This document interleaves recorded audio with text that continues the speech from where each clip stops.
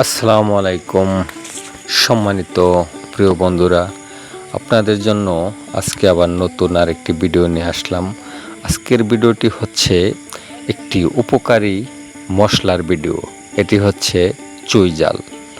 বাংলাদেশের মধ্যে এই চুই জাল বর্তমানে খুবই নামকরা একটি মশলা এবং কি খুবই ভাইরাল এই চুই জাল। বাংলাদেশের দক্ষিণাঞ্চলে এই চুই জাল ছাড়া বিভিন্ন ধরনের মাংসের তরকারি আসলে পাকানো হয় না। বিশেষ করে গরুর মাংসের স্বাদ এই চুই জালে অনেকটাই বাড়িয়ে তোলে এবং কি অনেকটাই সুস্বাদু এবং কি চমৎকার হয়। তো এখানে দেখেন কত সুন্দর একটি চুই জাল গাছ।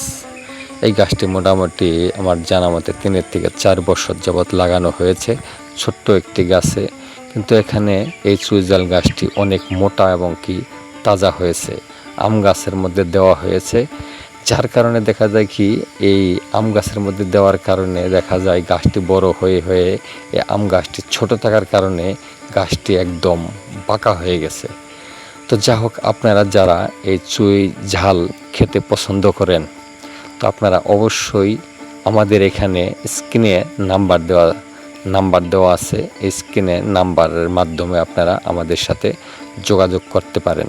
এখন ঈদ আসতেছে, এই ঈদে যারা মাংসের স্বাদ আসল স্বাদটা পেতে চান বা নিতে চান তারা অবশ্যই আশা করি গরুর মাংস বা খাসির মাংসে আপনারা এই চুই জাল ব্যবহার করতে পারেন।